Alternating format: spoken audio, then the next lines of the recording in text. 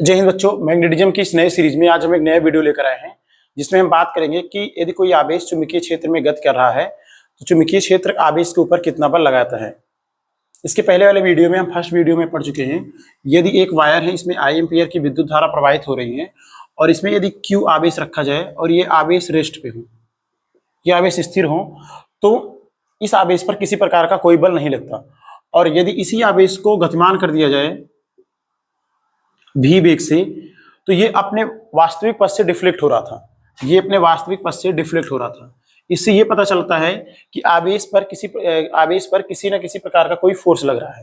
ये फोर्स जिस वजह से लग रहा था उस क्षेत्र को नाम दिया गया मैग्नेटिक फील्ड, क्योंकि यहाँ पे किसी न किसी प्रकार का कोई क्षेत्र उत्पन्न हो रहा था जो आवेश के ऊपर बल लगा रहा था, और इस क्षेत्र को नाम दिया गया मैग्नेटिक फील्ड या चुंबकीय क्षेत्र। तो चुंबकीय क्षेत्र ऐसा क्षेत्र है जो सिर्फ गतिमान आवेश पर बल लगाता है और स्थिर आवेश पर किसी प्रकार का कोई बल नहीं लगाता। जबकि विद्युत क्षेत्र जो होता है वो स्थिर आवेश पे भी बल लगाता है और गतिमान आवेश दोनों पर बल लगाता है। परंतु मैग्नेटिक फील्ड एक ऐसा फील्ड है जो सिर्फ गतिमान आवेश पर बल लगाता है, स्थिर आवेश पे किसी प्रकार का कोई बल नहीं लगाता। और ये कितना बल आरोपित करता है आवेश पर जब आवेश गतिमान होता है, इसी की हमें इस वीडियो में गणना करनी है। तो हेडिंग डाल लेते हैं।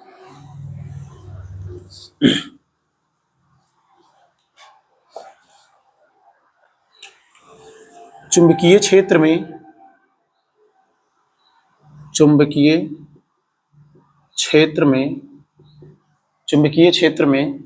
गतिमान आवेश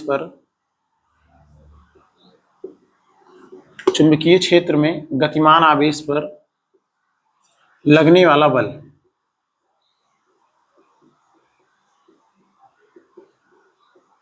चुंबकीय क्षेत्र में गतिमान आवेश पर लगने वाला बल, मतलब गतिमान आवेश पर चुंबकीय क्षेत्र कितना बल लगाता है, इसकी हमें गणना करनी है।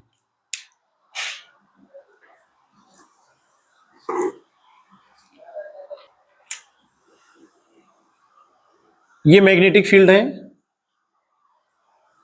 और इसमें एक चार्ज Q है जो चुंबकीय क्षेत्र में v वेग से थीटा कोण पे प्रवेश कर रहा है। ये मैग्नेटिक फील्ड V है, इसमें एक चार्ज Q चुंबकीय क्षेत्र में थीटा कोण से v वेग से प्रवेश कर रहा है। तो चुंबकीय क्षेत्र आवेश के ऊपर जो बल लगाता है उस सूत्र का उस बल का मान है Fm equal to Q vector V cross vector B। इतना बल चुंबकीय क्षेत्र आवेश के ऊपर आरोपित करता है। ये वेक्टर फॉर्म है फोर्स का। यदि इसे हमें पता है कि दो सदिश का जो क्रॉस मल्टीप्लाई होता है, जो दो सदिश का सदिश गुणनफल होता है, दो सदिश का सदिश गुणनफल vector A cross vector B होता है AB sine theta. Vector A cross vector B क्या होता है? AB sine theta.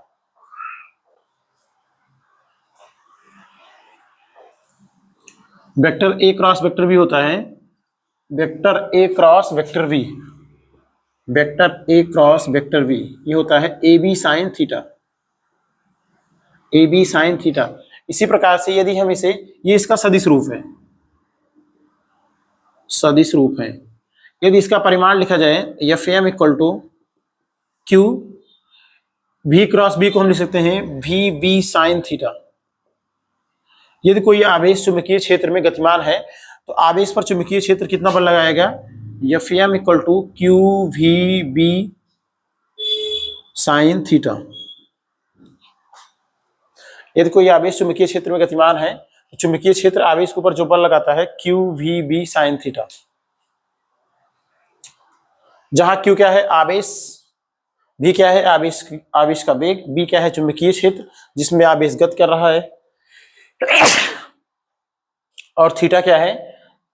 चुंबकीय क्षेत्र और आवेश इधर गति कर रहा है उसके बीच कोण।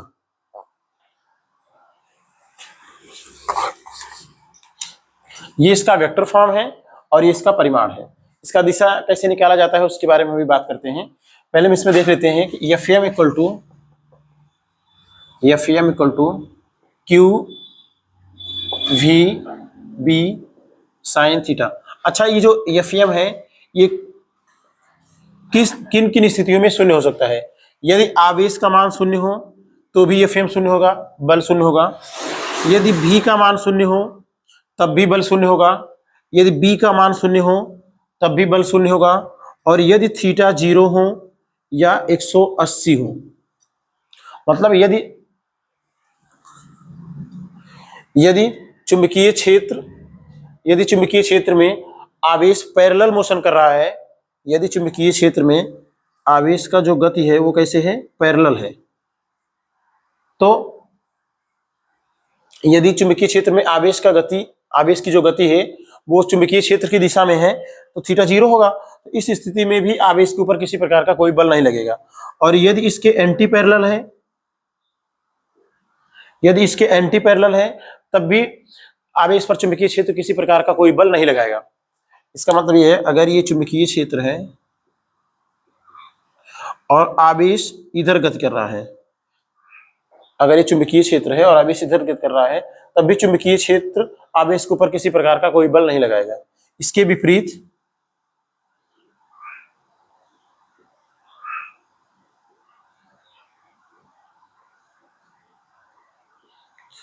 यदि चुंबकीय क्षेत्र आवेश की विपरीत दिशा में गति कर रहा है, तब भी चुंबकीय क्षेत्र आवेश के ऊपर किसी प्रकार का कोई बल नहीं लगाता, चाहे पैरेलल हो चाहे एंटी पैरेलल हो। तो चुंबकीय बल इन सभी स्थितियों में क्या होगा, शून्य होगा। ये ऐसा फोर्स है, अगर आवेश चुंबकीय क्षेत्र की दिशा में, मान लीजिए ये ऐसा, मान लीजिए एक मैग्नेटिक फील्ड इस प्रकार से निकल रहा है और आवेश को उसी दिशा में गति करा दिया जाए, तब भी आवेश के ऊपर किसी प्रकार का कोई बल नहीं लगता। और यदि उसकी विपरीत गति करा दिया जाए तब भी किसी प्रकार का कोई फोर्स आवेश के ऊपर नहीं लगता। जैसे ये मैग्नेटिक फील्ड इधर से पास हो रहा है और इसी के डायरेक्शन में हम चार्ज को फेंक दें, तब भी आवेश के ऊपर किसी प्रकार का कोई बल नहीं लगता।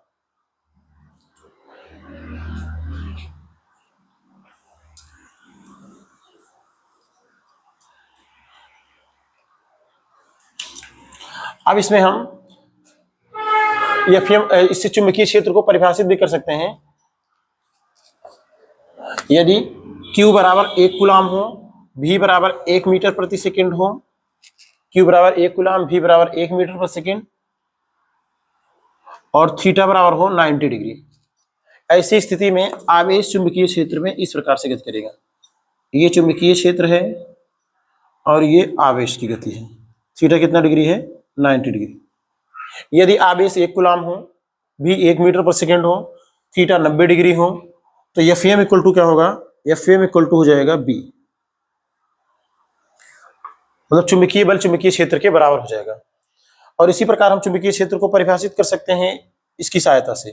यदि कोई आवेश 1 कूलाम का यदि कोई आवेश 1 मीटर प्रति सेकंड की चाल से, 1 कूलाम का कोई आवेश यदि 1 मीटर प्रति सेकंड की चाल से चुंबकीय क्षेत्र में लंबवत प्रवेश करे तो उस पर लगने वाला बल चुंबकीय क्षेत्र के बराबर होगा।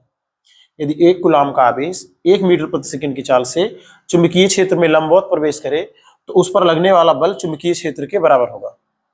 इस प्रकार हम चुंबकीय क्षेत्र को परिभाषित भी कर सकते हैं। इसको हम लिख लेते हैं यहाँ पे।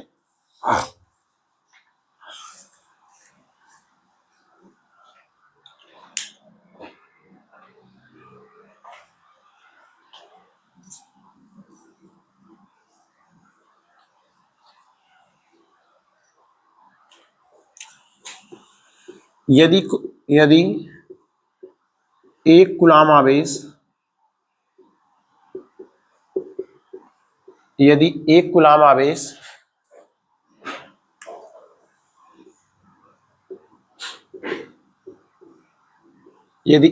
आवेश चुंबकीय क्षेत्र में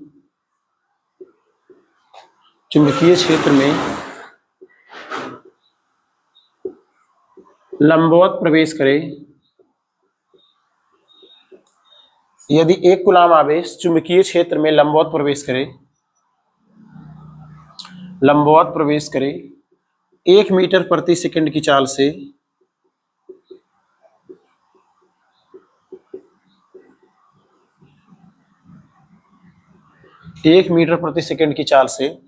तो आवेश पर लगने वाला बल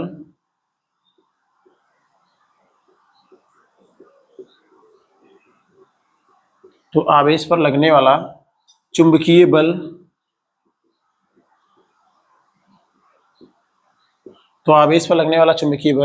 चुंबकीय क्षेत्र के बराबर होता है।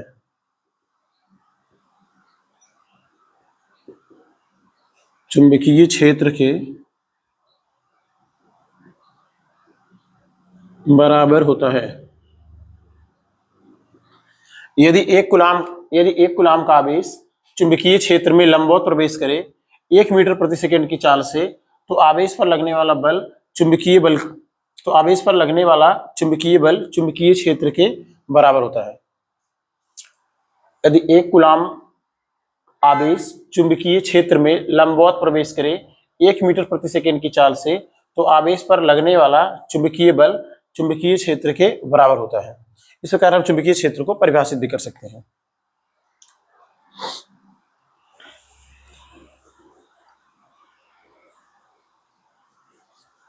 अब हम ये देख लेते हैं कि आवेश पर लगने वाला जो चुंबकीय बल है उसकी दिशा कैसे निकालते हैं।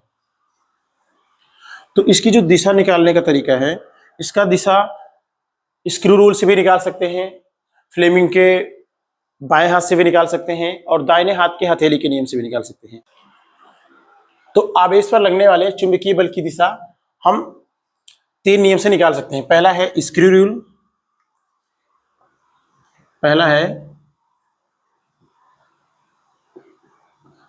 स्क्रू रूल से, दूसरा है फ्लेमिंग के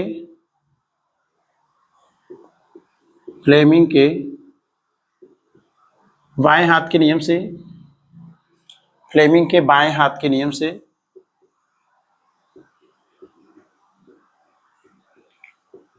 और दूसरा है दाएं हाथ के हथेली के नियम से।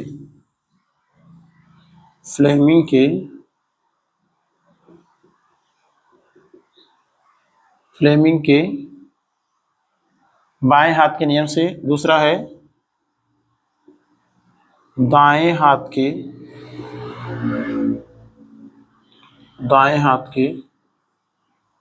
हथेली के नियम से।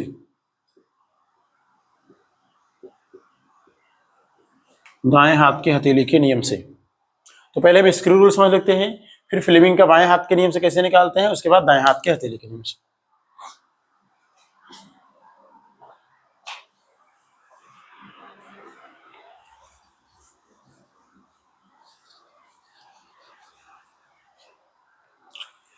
तो पहला है स्क्रू रूल।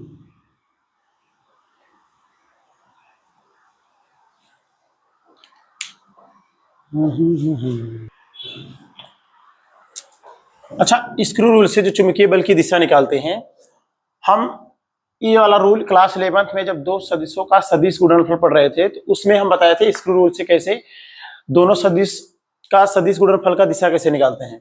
जैसे इसमें है vector FM equal to Q vector V cross vector B, और जो vector V cross vector B का जो दिशा होता है वही क्या है, चुंबकीय बल की दिशा होगी। अच्छा, वी क्रॉस वेक्टर बी की दिशा यदि स्क्रू रूल से निकालना है, ये है चुंबकीय क्षेत्र और ये है आवेश का वेग और ये कितना कोण है, थीटा। तो वी क्रॉस बी का जो दिशा होगा, वही चुंबकीय बल का दिशा होगा।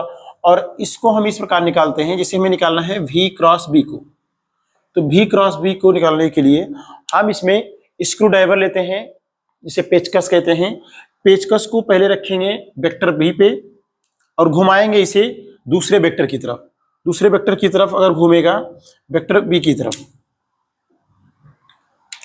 तो यदि पेचकस क्लॉकवाइज घूमता है तो पेच अंदर जाता है, और यदि पेचकस एंटी क्लॉकवाइज घूमता है तो पेच बाहर आता है। यदि पेचकस क्लॉकवाइज घूमेगा तो पेच अंदर जाएगा, और यदि पेचकस एंटी क्लॉकवाइज घूमेगा तो पेच बाहर आएगा। तो हम वेक्टर भी की तरफ पेचकस करेंगे और बी की तरफ घुमाएंगे, और यदि क्लॉकवाइज जा रहा है, ये क्या है क्लॉकवाइज, तो पेच कहाँ जाएगा, अंदर की तरफ। तो अंदर के लिए जो डायरेक्शन होगा, अंदर के लिए हम क्रॉस से दिखाते हैं, जो इसकी वजह से चुंबकीय बल का जो दिशा होगा वो अंदर की तरफ होगा। पेच जिधर जाएगा उधर बल का दिशा होगा। ये वेक्टर वी है और ये वेक्टर बी, तो वेक्टर वी की तरफ इधर पेचकस रखेंगे और बी की तरफ घुमाएंगे। तो बी की तरफ घुमाएंगे तो क्लॉकवाइज घूम रहा है, मतलब पेच कहाँ जाएगा, अंदर। तो चुंबकीय बल की दिशा किधर होगा, अंदर की तरफ। और इसी प्रकार यदि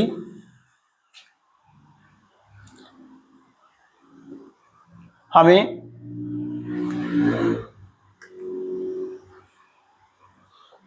इसकी दिशा निकालना हो, चुंबकीय क्षेत्र ऐसे है और आवेश इस प्रकार गति कर रहा है, और ये तो कोण कितना डिग्री है, 90 डिग्री। तो इसमें जो हम दिशा निकालेंगे, ये आवेश इसमें निकालना है v क्रॉस v, मतलब v की तरफ इधर पेचकस करना है और b की तरफ घुमाना है। तो अब की पेचकस घूम रहा है एंटी क्लॉकवाइज, एंटी क्लॉकवाइज घूमेगा तो पेच कहाँ आएगा, बाहर आएगा। जब पेच बाहर आएगा तो बल की दिशा क्या होगा, बाहर की तरफ, और बाहर के लिए हम क्या दिखाते हैं, डॉट से। तो इस पर लगने वाला जो चुंबकीय बल है वो डॉट होगा, मतलब बाहर की तरफ होगा, और इस पे लगने वाला चुंबकीय बल क्या होगा, अंदर की तरफ, मतलब क्रॉस होगा। तो एक नियम ये है, स्क्रू रूल से भी हम चुंबकीय बल की दिशा निकाल सकते हैं। अब हम समझते हैं फ्लेमिंग के बाएं हाथ के नियम से कैसे हम चुंबकीय बल की दिशा निकालते हैं।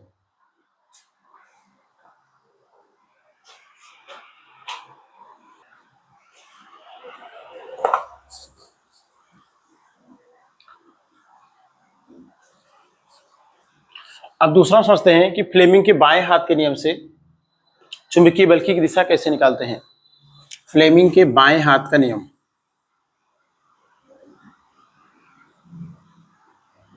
फ्लेमिंग के बाएं हाथ का नियम,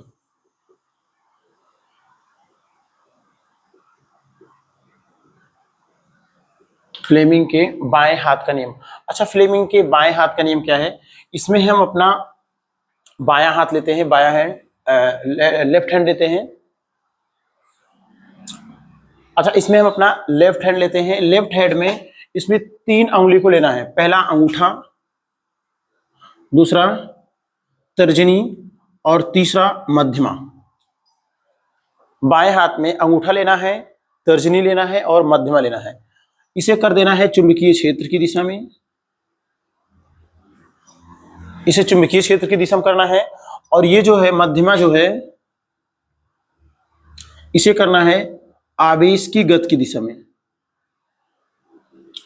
आवेश के गति की दिशा में, इसे आवेश की गति की दिशा में करना है। तो अंगूठा दिखाएगा, ये है अंगूठा, अंगूठा दिखाएगा बल की दिशा।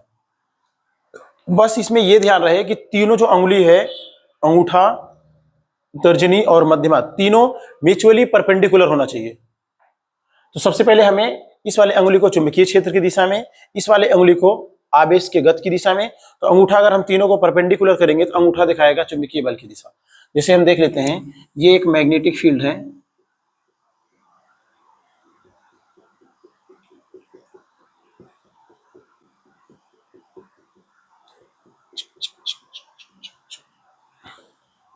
ये एक चुंबकीय क्षेत्र है, इसमें एक आवेश भी वेग से गति कर रहा है, और चुंबकीय क्षेत्र कहाँ है, चुंबकीय क्षेत्र अंदर की तरफ है और आवेश इधर गति कर रहा है।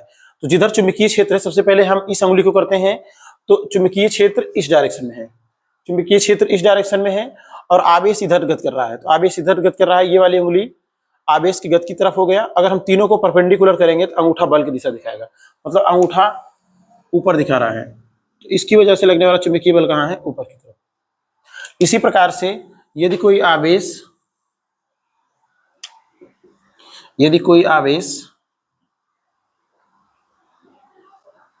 भी वेग से नीचे की तरफ गति कर रहा है, तो चुंबकीय क्षेत्र की तरफ क्या करेंगे, चुंबकीय क्षेत्र की तरफ ये तर्जनी अंगुली करेंगे और मध्यमा करेंगे आवेश की गति की तरफ। अंगूठा इधर दिखा रहा है, इसके मतलब इस पे लगने वाला चुंबकीय बल किधर होगा, इधर होगा। एक स्थिति और देख लेते हैं।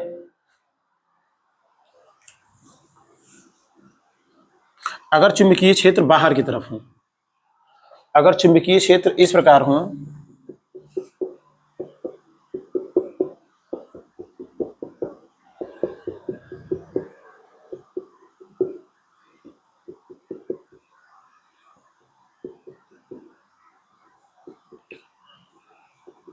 अगर चुंबकीय क्षेत्र इस प्रकार हो, इसमें एक क्यू आवेश भी वेग से गतिमान हो, इस पे बल की दिशा कैसे निकालेंगे। सबसे पहले तर्जनी वाली अंगुली को करेंगे चुंबकीय क्षेत्र की दिशा में। चुंबकीय क्षेत्र बाहर की तरफ है, बाहर की तरफ ये अंगुली डायरेक्शन हो गया और आवेश इधर गति कर रहा है, तो आवेश की गति इधर है, तो अंगूठा दिखाएगा बल की दिशा, ये है। ऐसे ये चुंबकीय क्षेत्र की दिशा है और ये आवेश की गति की दिशा है और ये अंगूठक दिशा। तो बल किधर लगेगा इसके ऊपर? नीचे की तरफ, Fm। इसी प्रकार यदि आवेश इधर गति कर रहा है,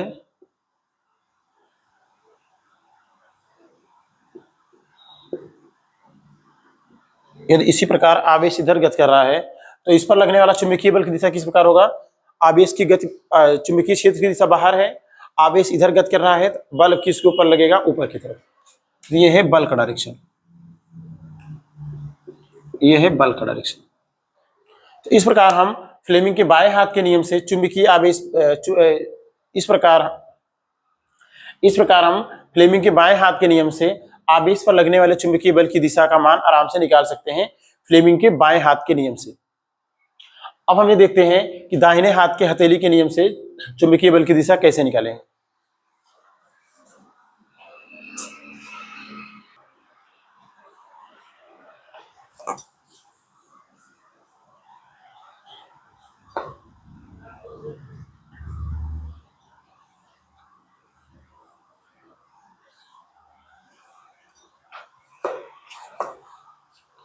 दूसरा है दाहिने हाथ के हथेली का नियम।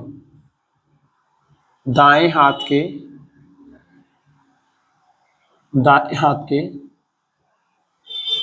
हथेली का नियम, दाएं हाथ के हथेली का नियम। इसमें दाहिना हाथ लेना है। दाहिने हाथ में इसमें ये अगर हैंड बनाया जाए,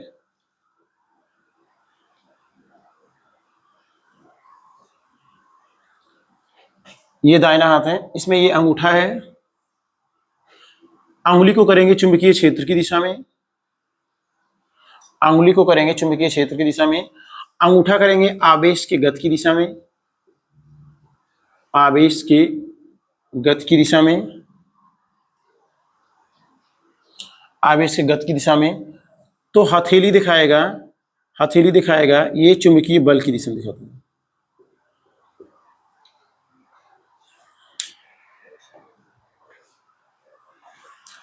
तो यदि हम अपने दाहिने हाथ को लें तो दाहिने हाथ में अंगुली को कर देना है चुंबकीय क्षेत्र की दिशा में, अंगूठा आवेश की गति की दिशा में, तो हथेली दिखाएगा बल की दिशा। जैसे ये एक चुंबकीय क्षेत्र है,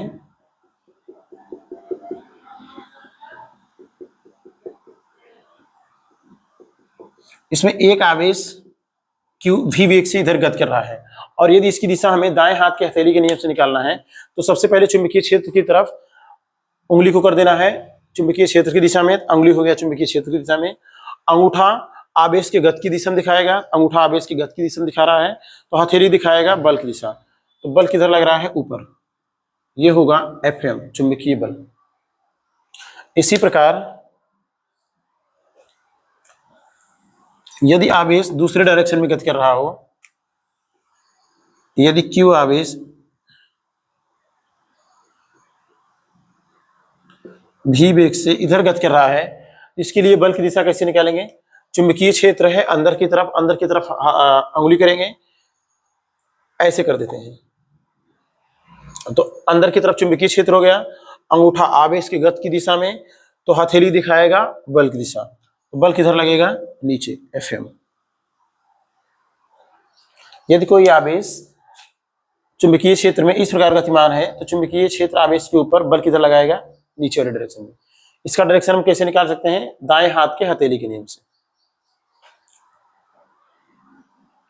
यदि आवेश इस प्रकार गतिमान हो,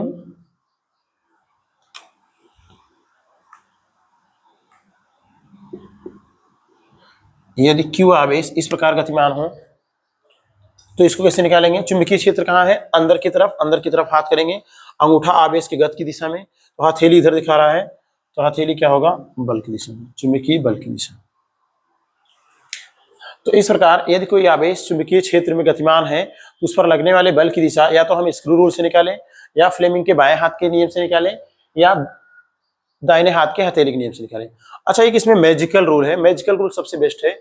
इसमें अपना दाहिना हाथ लेना है, चुंबकीय क्षेत्र की दिशा में करना है हथेली, ये उंगली, और इसे कर्ल करना है।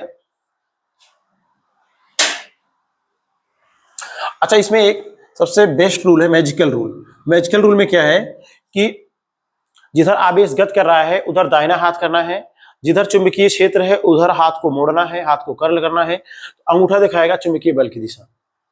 ये सबसे बेस्ट रूल है कि जिधर आवेश गत कर रहा है उधर दाहिना हाथ करें, जिधर चुंबकीय क्षेत्र है उधर हाथ को कर्ल करें, मोड़े, तो अंगूठा अपने आप दिखाएगा बल की दिशा। जैसे ये क्यू आवेश भी वेग से गत कर रहा है, तो जिधर आवेश गत कर रहा है उधर हाथ करेंगे। चुंबकीय क्षेत्र कहाँ है? अंदर की तरफ, तो अंदर की तरफ हाथ कर्ल हो रहा है, अंगूठा दिखाएगा चुंबकीय बल की दिशा। तो चुंबकीय बल की दिशा क्या होगा? ये होगा चुंबकीय बल की दिशा। ये सबसे बेस्ट रूल है, मैजिकल रूल इसे बोलते हैं। जिधर आवेश गत कर रहा है उधर हाथ को करेंगे, जिधर चुंबकीय क्षेत्र है हाथ को मोड़ेंगे, अंगूठा दिखाएगा बल की दिशा।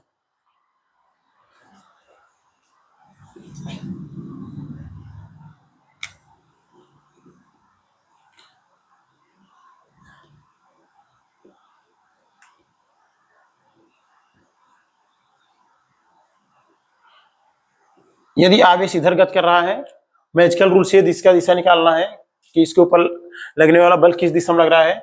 जिधर आवेश गत कर रहा है उधर ये हाथ करेंगे, और चुंबकीय क्षेत्र अंदर है तो अंदर की तरफ कर्ल करेंगे, अंगूठा दिखाएगा बल की दिशा। इसके मतलब इसके ऊपर बल इस डायरेक्शन में लग रहा है, इस डायरेक्शन पे इसके ऊपर क्या लग रहा है? चुंबकीय बल। तो इस प्रकार हम चाहे तीनों नियम से चुंबकीय आवेश पर लगने वाले बल का मान निकालें, दिशा निकालें, और चाहे मैजिकल रूल से निकालें, सब एक ही डायरेक्शन है, मतलब सब एक ही प्रकार से हैं।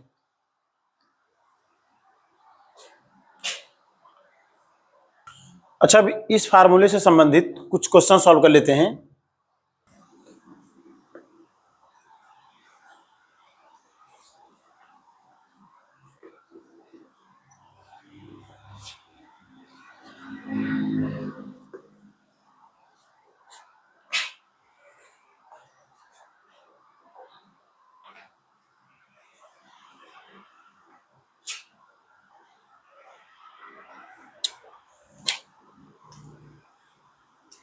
ये एक वायर है जिसमें 1 एम्पीयर की विद्युत धारा प्रवाहित हो रही है। इससे R दूरी बिंदु P पर एक Q चार्ज है। इससे R दूरी क्या मान लेते हैं? 2 सेंटीमीटर दूरी। इससे 2 सेंटीमीटर दूरी पर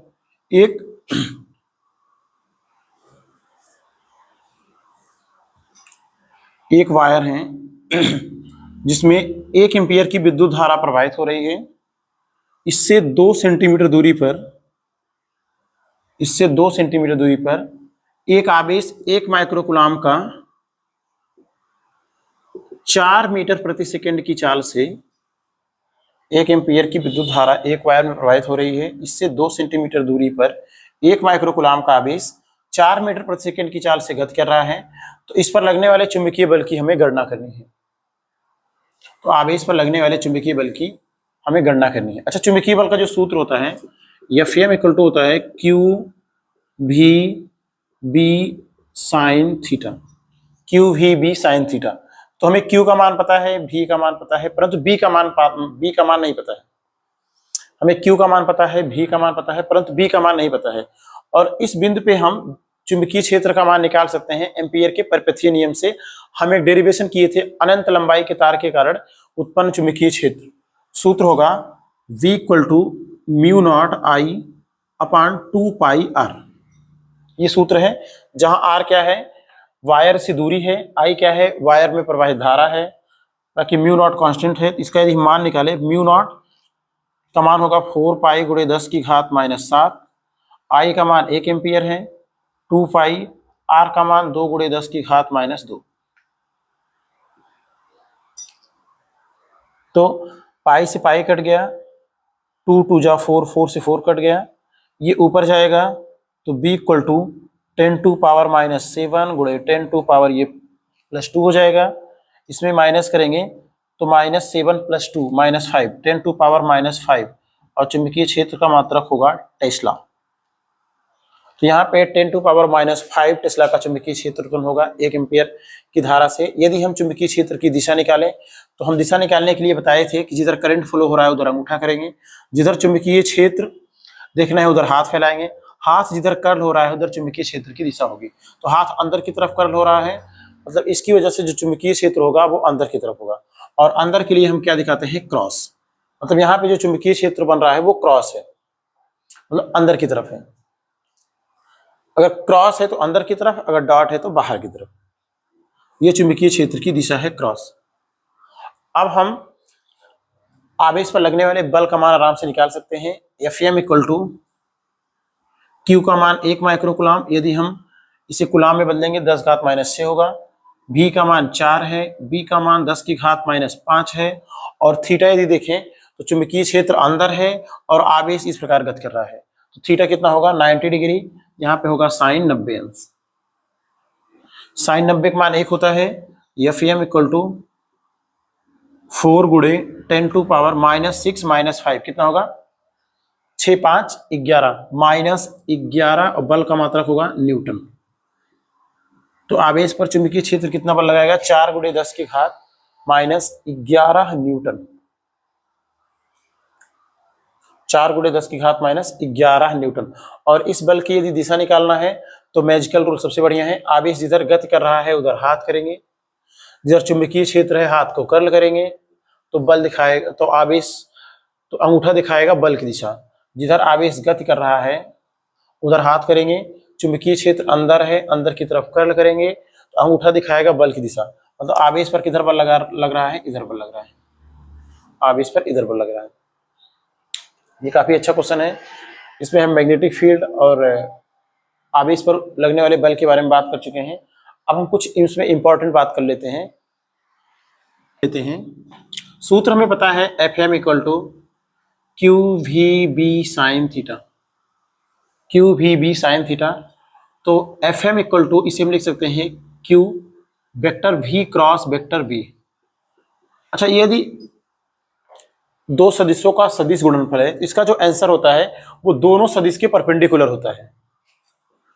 Fm जो है चुंबकीय बल, वो वेलोसिटी के भी परपेंडिकुलर होगा, और चुंबकीय बल जो है वो चुंबकीय क्षेत्र के भी लंबवत होगा। ये बात हम क्लास 11 में बता चुके हैं कि यदि दो सदिश का क्रॉस मल्टीप्लाई है, इसका जो आंसर होता है वो दोनों सदिश के परपेंडिकुलर होता है। इसमें कोई दिक्कत नहीं है। अब हम इसको यहाँ पे अप्लाई करते हैं। ये एक आवेश है Q, ये एक आवेश Q है, भी वेग से चुंबकीय क्षेत्र में गति कर रहा है, तो इस पे बल परपेंडिकुलर होगा। कि जो चुंबकीय बल होता है, जो चुंबकीय बल है वो आवेश की वेग के भी परपेंडिकुलर होता है और चुंबकीय क्षेत्र की। या तो इसका डायरेक्ट बल का इधर लगेगा या तो बल इधर लगेगा, वो डिपेंड करेगा चुंबकीय क्षेत्र किस डायरेक्शन में है। अच्छा, एक चीज हमें ये भी पता है कि जिधर वेलोसिटी डायरेक्शन होता है, एक चीज हमें ये भी पता है, जिधर आवेश गति कर रहा होता है उधर उसका डिस्प्लेसमेंट होता है। ये इसका डिस्प्लेसमेंट है और ये फोर्स है। तो फोर्स और डिस्प्लेसमेंट के बीच जो कोण है वो कितना डिग्री है, 90 डिग्री। यहाँ पे जो वर्क डन आएगा वो वर्क डन क्या होगा, 0 होगा, क्योंकि वर्क डन का सूत्र होता है, कार्य का सूत्र होता है बल गुणे विस्थापन इंटू कॉस थीटा। तो बल विस्थापन ये है, थीटा कितना डिग्री है, 90 डिग्री, तो कार्य क्या होगा, 0 होगा। अच्छा, कार्य इसमें 0 आ गया। अब हमें पता है kinetic energy, work energy theorem से, अब हमें पता है वर्क एनर्जी थ्योरम से कि किसी वस्तु या कण पर संपूर्ण बल द्वारा किया गया कार्य बराबर होता है गतिज ऊर्जा में परिवर्तन के। किसी वस्तु, अब हमें पता है किसी वस्तु या कण पर संपूर्ण बल द्वारा किया गया कार्य बराबर होता है उसकी गतिज ऊर्जा में परिवर्तन के। तो हम ये मान लेते हैं कि आवेश पर सिर्फ एक ही बल लग रहा है, चुंबकीय बल, बाकी और किसी प्रकार का कोई बल नहीं लग रहा है। तो work done is all forces equal to change in kinetic energy. तो ये क्या है, 0 है, तो काइनेटिक एनर्जी डेल्टा के ई होगा।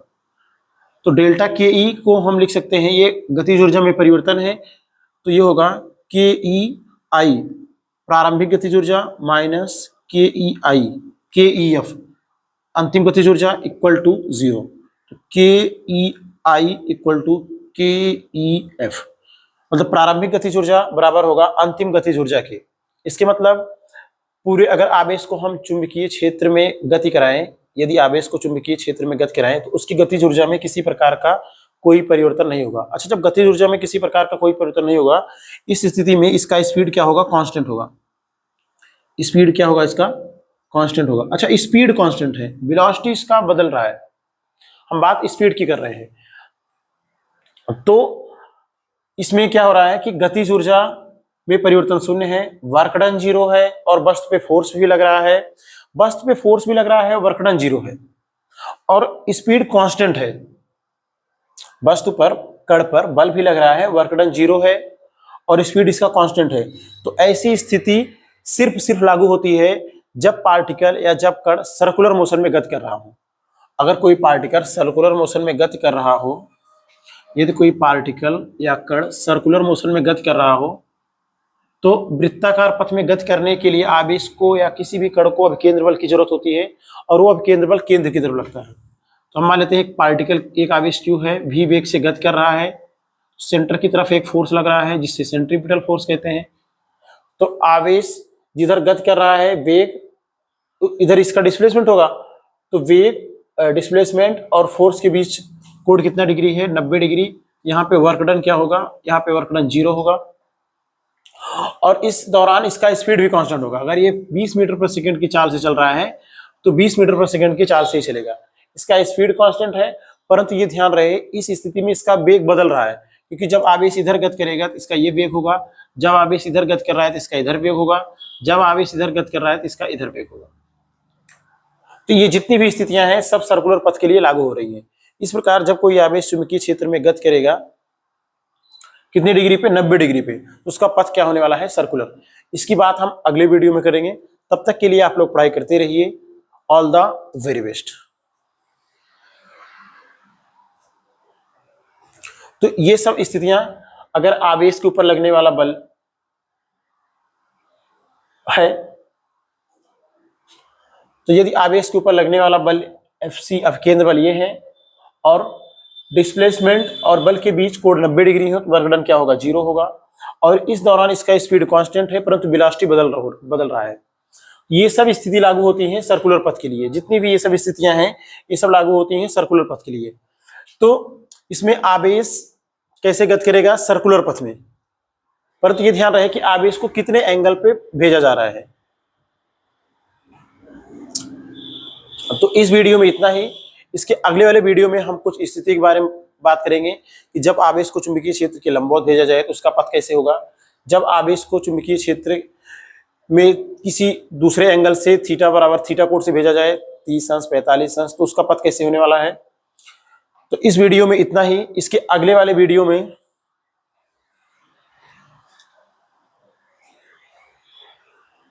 इसके अगले वाले वीडियो में हम आवेश के गति की अलग अलग स्थितियों के बारे में पढ़ेंगे। जब आवेश चुंबकीय क्षेत्र में लंबवत प्रवेश कर रहा हो, जब आवेश चुंबकीय क्षेत्र के समांतर प्रवेश कर रहा हो तो उसका पथ किस प्रकार होगा, या जब आवेश चुंबकीय क्षेत्र में किसी कोण से प्रवेश कर रहा हो, तो इन सब के बारे में हम अगले वीडियो में बात करेंगे।